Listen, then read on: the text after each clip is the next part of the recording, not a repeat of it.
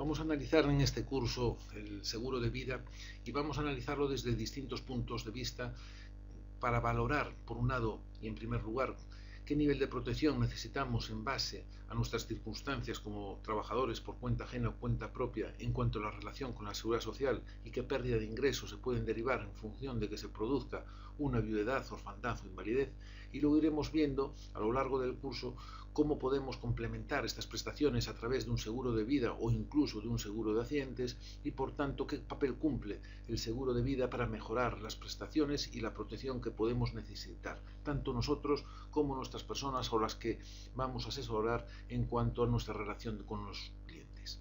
En definitiva y en primer lugar, saber que la seguridad social es un sistema de reparto en el cual las personas que cotizan al sistema lo que no están realizando es una capitalización de sus primas o del dinero que van aportando. No se generan unas reservas individuales y no se adquieren más que derechos. En definitiva, cotizamos para que en el futuro, si en cuanto necesitemos, a través de una contingencia que se produzca, una prestación de la seguridad social, serán las personas que están activos las que se hagan cargo con sus cotizaciones de hacer frente al pago de nuestras prestaciones, las nuestras y de todos aquellos que van accediendo al sistema, bien por jubilación o bien por causar alguna de las contingencias que dan derecho al pago de una prestación de viudedad, orfandad o de invalidez. Por tanto, la pensión futura va a venir dada en función a cómo cotizamos, al promedio de nuestras cotizaciones según el tipo de contingencia que estemos analizando. El sistema social hace prever de que en épocas de crisis, por tanto, se genera un menor nivel de personas en activo y descienden las cotizaciones, lo cual influye en que la proporción del dinero recaudado puede ser insuficiente para hacer frente al pago de las prestaciones, y esto influye en que se pueda producir un deficiente nivel de protección o que se reduzca en el futuro el nivel de protección y se necesita un complemento mayor en función del tipo de contingencia que estemos analizando. El nivel de cobertura varía en sus porcentajes según la contingencia y las bases de cotización que hayamos realizado. En definitiva, primero, y teniendo en cuenta los topes de cotización, pueden existir unos problemas de la protección que vamos a obtener en función a la diferencia que existe entre el nivel de ingresos y las bases de cotización. Los trabajadores por cuenta ajena van a tener el principal problema en cuanto sus ingresos superen el tope máximo de cotización. Actualmente, en el 2013, son 41.108 euros, lo cual implica que todas aquellas personas que ingresen más dinero de esta cuantía, lógicamente los porcentajes de las prestaciones van a estar limitados por lo que hemos cotizado y por tanto cualquier porcentaje expresado sobre nuestros ingresos reales será inferior y la necesidad de complemento será mayor. Los trabajadores por cuenta propia, en la mayor parte de los casos, suelen cotizar por la base mínima actual en el 2013 de 858 euros al mes, cuando sus ingresos, al ser o poder ser muy superiores, implicará igualmente que el porcentaje en base al promedio de cotizaciones va a producir una prestación muy inferior en relación al salario o a los ingresos habituales de esta persona. El sistema de cotización, los trabajadores por cuenta ajena no eligen su base de cotización, lo hacen por todos sus ingresos, salvo que estén del tope que acabamos de comentar, mientras que los trabajadores por cuenta propia pueden elegir su base de cotización, eligiendo normalmente bases inferiores a sus ingresos, entre otras cosas porque ellos han de cotizar todo lo que cotizan en el caso del trabajador por cuenta ajena entre él y la empresa. El trabajador por cuenta propia ha de efectuar el esfuerzo por sí mismo, le implica un mayor esfuerzo y por tanto puede afectar a que la mayor parte de la gente se quede en la base mínima de cotización. Por otro lado, si la edad no es superior a 48 años, ya no habiendo alcanzado el tope máximo de cotización, ya no lo van a poder alcanzar y por tanto estas personas pueden tener un nivel de necesidad de complemento mayor. La viudedad es un 52% del promedio de las últimas cotizaciones y si el cónyuge no trabaja necesitará un complemento mayor y dependiendo del nivel de ingresos que si trabaja puede precisar mayor o menor nivel de protección en función al complemento de ingresos que tiene en relación a la persona que ha fallecido. Un matrimonio que los dos trabajen con igualdad de salario, la persona tendrá una necesidad menor que aquellos donde el cónyuge no trabaja y por tanto uno de los dos, al producirse el fallecimiento de la persona que trabaja, implicará una mayor necesidad porque solamente va a percibir el 52%, pero no de sus ingresos, sino de lo que cotiza. Y como hemos visto, el trabajador por cuenta ajena y el trabajador por cuenta propia, como acabamos de ver, puede ser en función de la relación que exista entre ingresos y cotizaciones, que este 52%, si lo expresáramos sobre los ingresos reales, se redujera pues a lo mejor al 30 o al 20% en función de la diferencia que existe entre lo que ingresa habitualmente y lo que cotiza. Por ello es importante tenerlo en cuenta para poder valorar adecuadamente cuál es el nivel de necesidad de complemento en estos casos. La orfandad igualmente, pero nos encontramos que es un 20% y por tanto además que está limitado a aquellos casos en que el hijo no supere los 21 años. En cuanto supere los 21 años dejará de percibir esta pensión de orfandad y por ello puede ser necesario que precise un complemento, teniendo en cuenta que es cada vez más fácil o más previsible de que o bien no haya terminado los estudios o que existan obligaciones o expectativas contraídas de estudios de posgrado y que por tanto no permita al hijo defenderse por sí solo en la vida y necesite alguna ayuda o complemento, y si se produjera el fallecimiento en estas situaciones pues necesitará un complemento mayor que si la persona ya estuviese independizada. La invalidez y sus grados. La profesional incapacita a la persona para sus funciones habituales de trabajo y no para cualquier tipo de trabajo. Esto permite obtener una indemnización del 55% del promedio de las cotizaciones, siempre y cuando le incapacite profesionalmente. Si la invalidez absoluta y permanente es el 100%, pero también hemos de tener en cuenta lo mismo que hemos hablado. El problema surge cuando los ingresos son superiores a la base de cotización, y por ello cualquiera de estos dos porcentajes expresados sobre el salario real o los ingresos habituales del trabajador, cuenta ajena o propia, implicará un porcentaje menor si la diferencia de ingresos sobre las bases de cotización es mayor. La invalidez absoluta tiene una cobertura generalmente por el seguro de vida, en cambio la invalidez profesional es más propia del seguro de accidentes. En el seguro de vida se puede contratar también como complemento la invalidez profesional, pero no es tan frecuente y además suele tener un precio más importante o más alto. En cambio, en el seguro de accidentes, dependiendo de la actividad de la persona, puede precisarlo porque podría ser más probable o más frecuente que se pueda producir a consecuencia de un hecho accidental y también derivado del tipo de actividad que desarrolle la persona, algún accidente de cuyas secuelas pueda generarse una invalidez profesional. Y por ello se pueda contratar un seguro específico de accidentes donde se tenga en cuenta también este nivel de protección que en el seguro de vida no es tan frecuente. Las principales conclusiones es que el trabajador de cuenta ajena tiene una mayor necesidad cuando sus ingresos superan el tope actual de 41.000 euros al año. El trabajador por cuenta propia tiene una mayor necesidad cuando sus ingresos superen la base de cotización, que suele ocurrir con mayor frecuencia, y en cualquiera de las dos situaciones se agravará la situación en función de que el cónyuge no tenga ingresos, y además en función de la situación de los hijos se agrava cuanto más cerca se encuentre de la edad de 21 años, porque tendrán ya menos tiempo de pago de prestación. La invalidez profesional y absoluta implica una mayor necesidad según la actividad y los ingresos de la persona. Las coberturas más importantes, pues no cabe duda que en primer lugar lo que buscamos es la finalidad de proteger a la familia ante el quebranto económico que puede surgir, que en caso de que se produzca alguna de estas contingencias que vamos a ver, principalmente fallecimiento e invalidez, la pérdida de ingresos que se puede experimentar en la unidad familiar, y por tanto las dos coberturas fundamentales serían el fallecimiento por cualquier causa y la invalidez absoluta y permanente. Además, se suelen incluir como coberturas complementarias el fallecimiento e invalidez derivado de un hecho accidental, de un hecho derivado del accidente de circulación y también, como vamos a ver, las enfermedades graves, segunda opinión médica y asistencia personal. Las vamos a ver a continuación.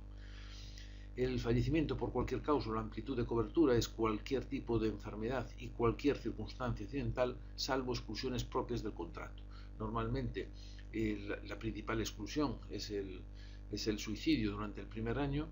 y hechos derivados de actividades delictivas. Y lógicamente también el que se produzca el fallecimiento de la persona promovido por el beneficiario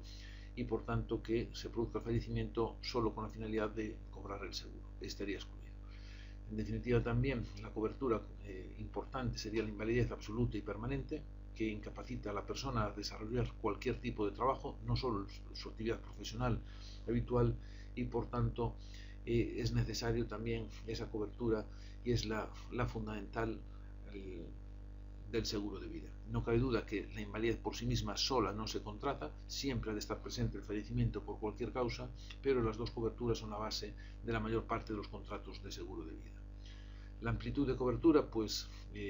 son garantías que se establecen para ampliar el capital de protección ante determinadas causas especiales y, por tanto, las coberturas opcionales más frecuentes es el fallecimiento e invalidez accidental, que permite doblar o duplicar el capital base inicial contratado. 5 millones de euros sería una exageración, pero doblaríamos en caso de que quisiéramos contratar la cobertura de fallecimiento accidental. Los límites de contratación varían en función de la compañía aseguradora. Normalmente hasta 240.000, 500.000 euros o incluso 1 millón de euros podrían ser coberturas o capitales que se podrían asegurar con una cierta facilidad, dependiendo de la capacidad de pago de la persona y de la valoración del riesgo por parte de la compañía aseguradora. Cuando superásemos el 1 millón de euros ya tendríamos problemas o más dificultades en la contratación de este tipo de seguro de vida. En definitiva, además también lo que incluimos de una forma opcional habitual es el fallecimiento e invalidez derivado de un accidente de circulación. En este caso triplicaría el pago de la prestación del capital base asegurado, y la invalidez parcial o profesional, que normalmente se incluye esta cobertura a través de un seguro de accidentes, no ya tanto principalmente de un seguro de vida, que podría tener también cobertura, sino principalmente a través de un seguro de accidentes. El seguro de accidentes no sustituye al seguro de vida, pero sí lo complementa, y además en determinadas actividades es fundamental porque permite proteger mejor a la persona para el caso de una invalidez profesional o para una invalidez parcial, que le queden secuelas que dificulten o le permitan a la persona o le produzcan a la persona el obtener una pérdida funcional y por tanto una compensación a esa pérdida, que supondrá pues un deterioro en el estado de salud de la persona, y por ello una compensación que le permita o intentar mejorar en su estado o compensar la pérdida de ingresos que surja derivado de esa pérdida funcional, que le impide realizar ciertas tareas, con la cual obtener unos ingresos que estuviese obteniendo. Y por ello esta cobertura le va a permitir mejorar la protección o el complementar la pérdida de ingresos que surja. Enfermedades graves es una cobertura de última generación, aunque ya lleva muchos años funcionando, que es importante el poderla incluir en el seguro, aunque implica un coste adicional en el precio del mismo, que permite adelantar o bien el 50% o incluso el 100% del capital asegurado si la persona que incluida en el seguro se le presenta alguna de las enfermedades graves que estén incluidas en el contrato. Principalmente se suele incluir el infarto de miocardio, el cáncer, trasplante de órganos vitales, accidentes cerebrovasculares, etc. El estado en coma, parálisis, en definitiva situaciones graves que puedan producir la muerte de la persona o sin necesidad de que se produzca, que le permiten al anticipar el capital obtener la protección o dirigirse a los médicos especialistas y centros más adecuados que faciliten o permitan la recuperación del estado de salud de la persona. Además, esta cobertura de enfermedades graves se suele complementar con la segunda opinión médica, esto es, que en función de las pruebas médicas con las cuales se ha hecho el diagnóstico a la persona de esa enfermedad, se pueda bien confirmar o crear la capacidad de valorar que exista una enfermedad diferente o no a la que se le ha diagnosticado inicialmente. En caso de que se ratifique el diagnóstico, pues también se le ayudará a la persona a orientarlo en cuanto a los mejores especialistas y el lugar adecuado y el centro sanitario idóneo, que le permita, conjuntamente con la cobertura de enfermedad grave, poder dirigirse a esos centros para obtener la mejor prestación médica y procurar la recuperación lo más cercana posible en el tiempo. Dentro de las principales coberturas de enfermedades graves también nos encontramos con la asistencia personal. No es tan frecuente tenerla incluida en los seguros, pero también se suele incluir de una forma importante, que ayuda a la persona que, sin necesidad de que se produzca fallecimiento o invalidez, pero ante determinadas situaciones de incapacidad de la persona, que se le ayude en tareas como tareas domésticas, el acompañamiento, envío de medicinas, etc. Son garantías complementarias al seguro de vida que permiten al asegurado pues el hacer uso de estas ventajas del contrato de seguro sin que se llegue a producir alguna de las situaciones más graves o más importantes de las contingencias de muerte e invalidez. Las principales conclusiones, pues que el objetivo del seguro de vida es proteger a la familia, no ya tanto pensando en que quede cubierta y protegida con un capital que le permita toda su vida no reconducir su situación económica y por tanto que el seguro sirviese para poder ya indefinidamente atender las necesidades económicas de la familia, no ese es el objetivo, pero sí complementar los ingresos al menos durante un periodo de tiempo que le permita a la familia recomponerse y reconducir su situación económica, y al propio asegurado por invalidez absoluta y permanente o invalidez profesional, lo mismo, no ya tanto a la familia sino para sí mismo, y la asistencia personal que va a permitir esas otras ayudas a la persona, sobre todo que son muy útiles cuando su situación personal o familiar le impide que tener las personas de compañía que le den ese servicio, ese apoyo, esa ayuda que puede precisar en un momento delicado. Por tanto, en aquellas personas independientes o que viven solas, puede ser muy útil incluir esta garantía complementaria de asistencia personal. Por otro lado, las enfermedades graves también van a ayudar a la persona para recuperar el estado de salud, mejorar la calidad de vida, y la segunda opinión médica le va a dirigir al sitio más adecuado cuando desconozca el sitio donde podría obtener la mejor asistencia sanitaria derivada del padecimiento concreto que tenga. Los requisitos previos para poder formalizar el seguro de vida: en primer lugar, es necesario saber que la declaración del estado de salud, vamos a formalizar un seguro de vida, hemos de declarar cuál es nuestro estado de salud actual, antecedentes, y comunicarlo de una forma lógica y precisa, porque en caso de no hacerlo puede producirse con el tiempo el rechazo del pago de la prestación si no hemos declarado o hemos omitido cosas que podrían ser objeto de valoración por la compañía aseguradora. Por tanto, cualquier alteración del estado de salud hemos de comunicarlo a la aseguradora para que valore si acepta o no al asegurado.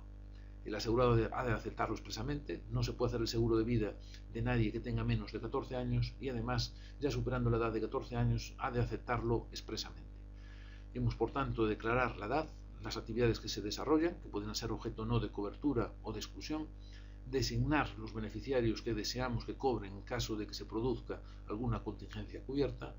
ceder los derechos en casos especiales, que lo vamos a analizar, y además también valorar las necesidades de protección y elegir las coberturas adecuadas que nos permitan obtener la tranquilidad, que es lo que se busca con el seguro de vida. De no informar adecuadamente el estado de salud, se puede originar con el tiempo bien el rechazo en el pago de la prestación o realmente que se aplique la regla de equidad. Esto es, si tengo un padecimiento que en caso de que lo conociera la aseguradora no se aceptase el seguro, la aseguradora, si lo detecta después y la causa del fallecimiento o la invalidez es esa circunstancia, va a rechazar el siniestro. En caso de que se acepte pero con un precio superior, lo que se aplicará es la regla de equidad. Esto es, recalcular el precio del seguro en base a lo que hubiera correspondido con esa circunstancia no declarada y valorar la proporción que representa la prima pagada con lo que deberíamos haber pagado, y en la misma proporción se va a pagar el capital asegurado. Por ello es necesario declarar correctamente la situación actual, los antecedentes y que la aseguradora le sirva para valorar el precio del seguro en estas situaciones. El asegurado, como hemos dicho, ha de aceptar expresamente y firmar el contrato de seguro y ha de tener siempre con al menos 14 años. El tomador puede ser otra persona, pero ha de aceptar expresamente la formalización del seguro. La declaración de la edad: hemos de declarar la fecha de nacimiento y en base al momento de contratación el precio del seguro va a girar sobre la edad, normalmente la edad actuarial. Esto es, si estamos más cerca, cuando estamos más cerca en el momento de contratar el seguro, bien más cerca del cumpleaños pasado o del nuevo que vamos a cumplir. Si estamos ya más cerca, dentro de los 6 meses más cercanos a la nueva fecha de nacimiento, de renovación, al nuevo cumpleaños futuro, entonces tendremos que sumar un año a la edad que tengamos actualmente. Si estamos más cerca, por el contrario, del cumpleaños pasado, pues lógicamente se mantendrá la edad actuarial en el último cumpleaños que hemos celebrado. Por eso es importante además, porque el precio del seguro va a girar sobre la edad de la persona y por tanto si el día de mañana se detecta que hubo un error en la tarificación sobre el precio del seguro, se recalculará igualmente el precio y se aplicará la regla de equidad. Se aplicará la regla de equidad, esto es, calculando el precio del seguro con la edad correcta en base a la fecha de nacimiento que corresponde, y se calculará la proporción de la prima que habíamos pagado con la nueva que corresponde a la edad correcta, y en la misma proporción se pagará el capital que corresponde. Además, hemos de valorar también las profesiones que en algunas de mayor riesgo podría tener una exclusión de cobertura, o bien, si no la exclusión propia, si un recargo que de no declararlo expresamente y producirse el fallecimiento o invalidez por esa actividad no declarada, bien de la actividad laboral o de un ocio y deporte, también se aplicaría o bien la exclusión del pago del seguro o bien la regla de equidad recalculando el precio del seguro, como hemos comentado en varias ocasiones. La designación de beneficiarios es muy importante, muchas veces ya se acepta automáticamente la declaración estándar, en primer lugar el cónyuge, en segundo lugar los hijos, o en defecto de los mismos los padres, y en defecto de los padres ya en último lugar los herederos legales. Normalmente debemos evitar la cláusula específica de herederos legales, en primer lugar siempre poner por designación expresa y orden de prelación la que hemos comentado. Si pusiéramos directamente herederos legales podríamos ralentizar el pago del seguro porque los herederos legales, y si no hay testamento, los tendrá que determinar un juez, y esto es un proceso que puede llevar bastante tiempo y por ello surgir además controversias y el seguro no pagaría hasta que no estuviese perfectamente delimitado quiénes son las personas que van a cobrar, y esto no lo hace más que un juez. Por tanto, debemos procurar que la cláusula sea lo más precisa posible y además es recomendable utilizar la cláusula estándar de primero el cónyuge, en su defecto los hijos, en su defecto los padres, en defecto de los padres los hermanos y en último caso ya los herederos legales. La cesión de derechos es necesaria porque cuando hay préstamos personales e hipotecarios no es obligatorio por ley formalizar un seguro de vida, pero es recomendable y además las entidades financieras pueden exigirlo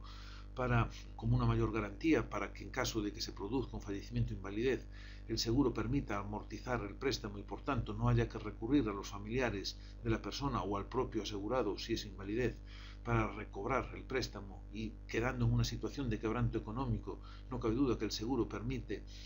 garantizar el pago y amortización de estas deudas financieras, pero es importante que se haga la cesión de derechos porque así se evita el pago del impuesto de sucesiones, automáticamente se amortiza la deuda y si hay un sobrante esto sí ya pasará por sucesiones a favor de los familiares y de los beneficiarios que existan en el seguro. Por otro lado, también es necesario de forma previa analizar las necesidades, no hacer el seguro sin revisar aspectos importantes, valorar la relación de ingresos y cotizaciones para determinar el posible quebranto económico si se produce alguna contingencia.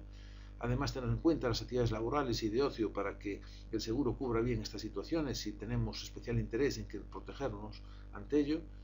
dado que puede existir un mayor riesgo y por tanto es necesario también valorar esa necesidad. Ver también la situación familiar, de si nuestro cónyuge trabaja o no, nuestros hijos están independizados o no, tenemos hijos, nuestros padres, en fin, aquellas personas que pueden depender económicamente de nosotros, tenerlo en cuenta para este capital y hacerlo lo más preciso posible. Y además también en base a nuestro patrimonio, muchas veces las personas podemos dejar un patrimonio que los herederos van a tener que pagar una cantidad importante de dinero por ponerlo a su nombre, y por ello puede ser necesario tener o disponer de un seguro de vida que permita con ese dinero tener la liquidez necesaria para hacer frente al pago del impuesto de sucesiones. Además, los requisitos, existe un reconocimiento médico o informes en función del nivel del capital que estemos asegurando, generalmente va a variar en función de la edad. Normalmente hasta ciertas edades de 35 o 40 años, si el capital no es elevado, no se va a exigir un reconocimiento médico, pero dependiendo de que superemos por ejemplo, los 180.000 o 240.000 euros y a mayor edad se requerirán mayores pruebas y por tanto, según nuestras circunstancias personales y el capital que aseguremos, es posible que nos exijan un reconocimiento médico y en el cual se va a validar el que la persona pueda ser asegurada o no en base a las circunstancias de salud que encontremos. Por otro lado, también un informe confidencial, si el seguro alcanza un capital elevado, como comentábamos antes, pues a lo mejor superior a los 500.000 euros o al millón de euros, en fin, o cuantías superiores que ya serían más difíciles de proteger,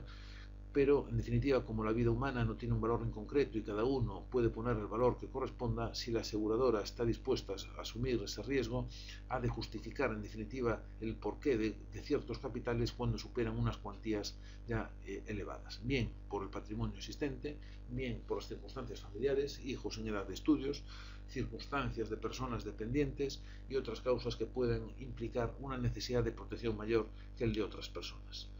Las principales exclusiones del seguro fundamentalmente es el suicidio durante el primer año de cobertura,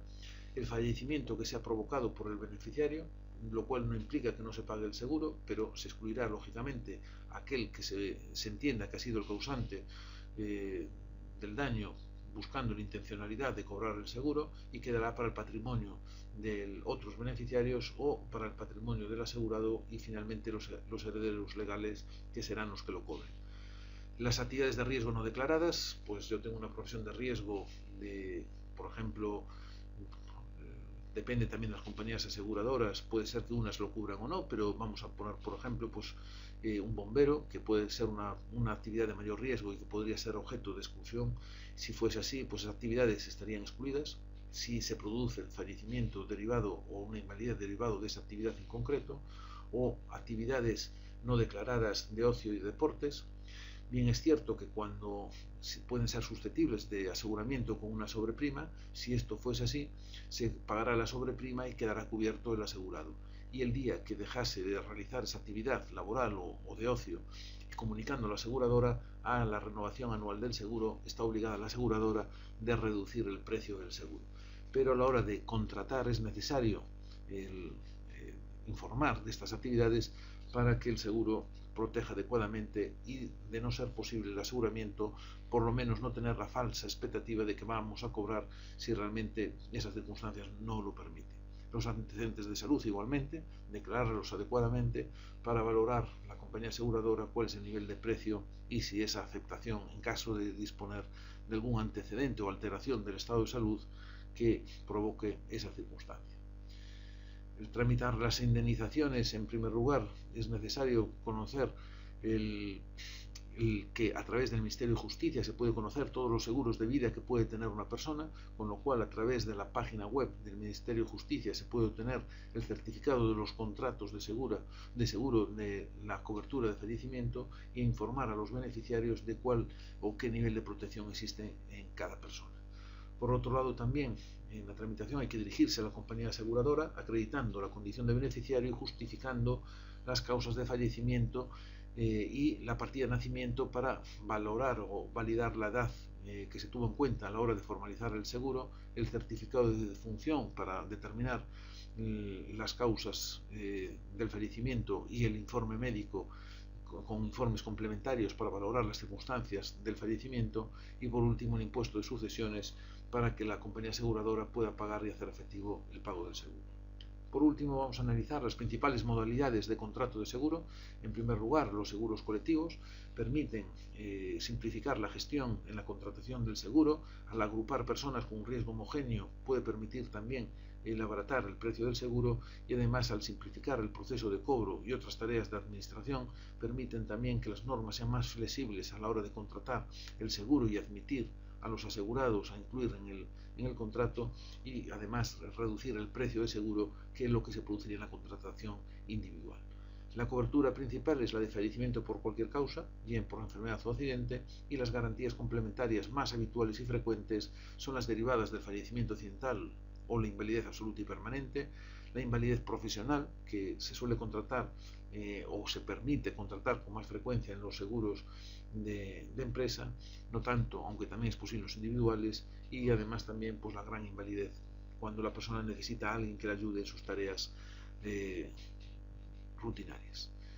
En los seguros colectivos se suele aplicar un reajuste por baja siniestralidad, esto es, que si la siniestralidad no alcanza un porcentaje determinado de las primas del seguro de ese colectivo, se obtiene un porcentaje de bonificación, y por tanto en la anualidad siguiente se permite obtener un reajuste o una reducción del precio del seguro que va a variar en función del número de asegurados que tengamos en el contrato. A mayor número de asegurados habrá un mayor reajuste de bonificación, pero esto en definitiva va a variar o va a depender tanto del propio seguro colectivo y de la propia composición de los trabajadores que están asegurados, como de la modalidad de seguro que la compañía en definitiva esté comercializando. Las principales modalidades de seguro de vida que nos podemos encontrar es el seguro TAR, que es de renovación anual, el seguro de plazo fijo, que es durante un periodo de tiempo tenemos limitado el periodo de cobertura del seguro y lo que se paga es una prima promedio. En definitiva, en la renovación anual vamos pagando cada año el precio del riesgo en función a nuestra edad.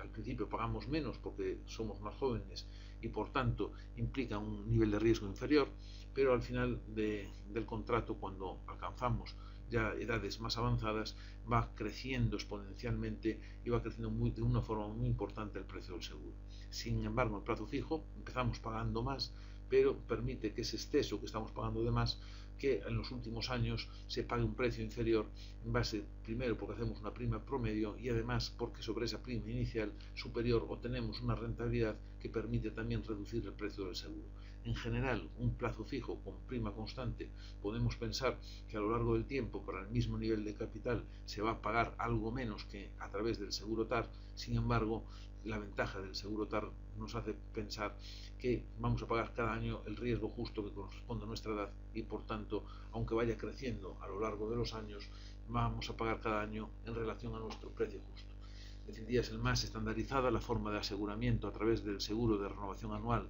a través del temporal anual renovable, aunque también el plazo fijo es una modalidad de seguro muy extendida. La vida entera es un seguro que permite a las personas asegurarse toda su vida hasta que fallezcan, sea en el momento que sea. El TAR y el plazo fijo se suelen terminar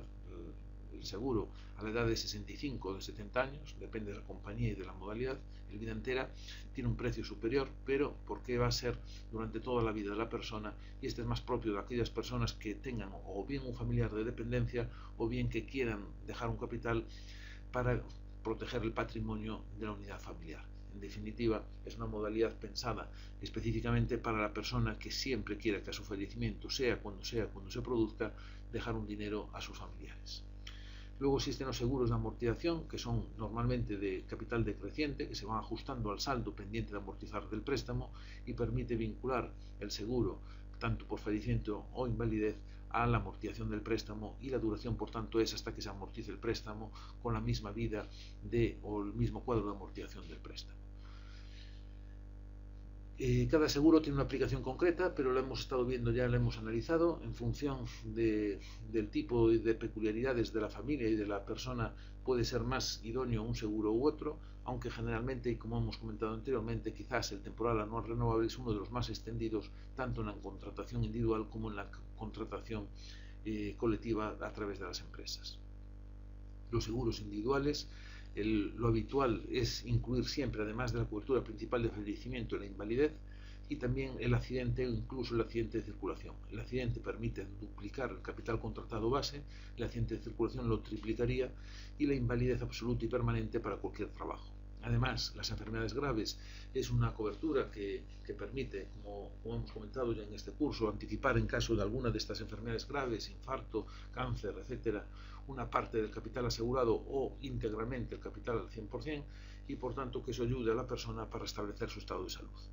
Los seguros de ahorro además incorporan del fallecimiento e invalidez prestaciones de supervivencia para cobro de capital cuando la persona alcanza una edad en concreto o incluso la edad de jubilación. Esto permite que, como hay una prima de ahorro importante, pues se produzca la reducción del contrato, que en un momento dado se deje de pagar, pero se continúe asegurado por la parte proporcional, que exista el derecho de rescate, esto es, cancelar el seguro y obtener el dinero líquido que en ese momento la compañía aseguradora, en base a lo que pueda devolver después de consumir la parte de cobertura de fallecimiento y de los gastos de administración de la compañía, devuelve una parte que al principio devolverá algo menos de lo que a lo largo del tiempo pueda ir mejorando de devolución de ese derecho de rescate. En definitiva, es que la persona puede cancelar el contrato de seguro y llevar todo el dinero reservado hasta ese momento. Por otro lado, también puede existir la figura anticipo, una cantidad a cuenta que bien la devuelve y se reintegra al capital, y si no, al final del contrato se pagará el capital garantizado menos el anticipo que se haya realizado como pago previo al propio asegurado. Y la pignoración, que es una garantía que en definitiva aquellas personas que pueden necesitar una financiación en un momento dado y ante la ausencia de otras garantías o avales, pues el propio seguro de ahorro permite, ignorándolo, que exista esa garantía sobre la entidad financiera para la devolución del principal del préstamo. En definitiva, si no cumpliese con sus obligaciones, el seguro que tuviese lo permitiría cancelar. Esto es siempre y cuando que el valor de rescate o el valor de dinero acumulado permita ignorarlo y permita garantizar estas otras obligaciones. Los seguros en general tributan por rendimiento de capital mobiliario y esto es,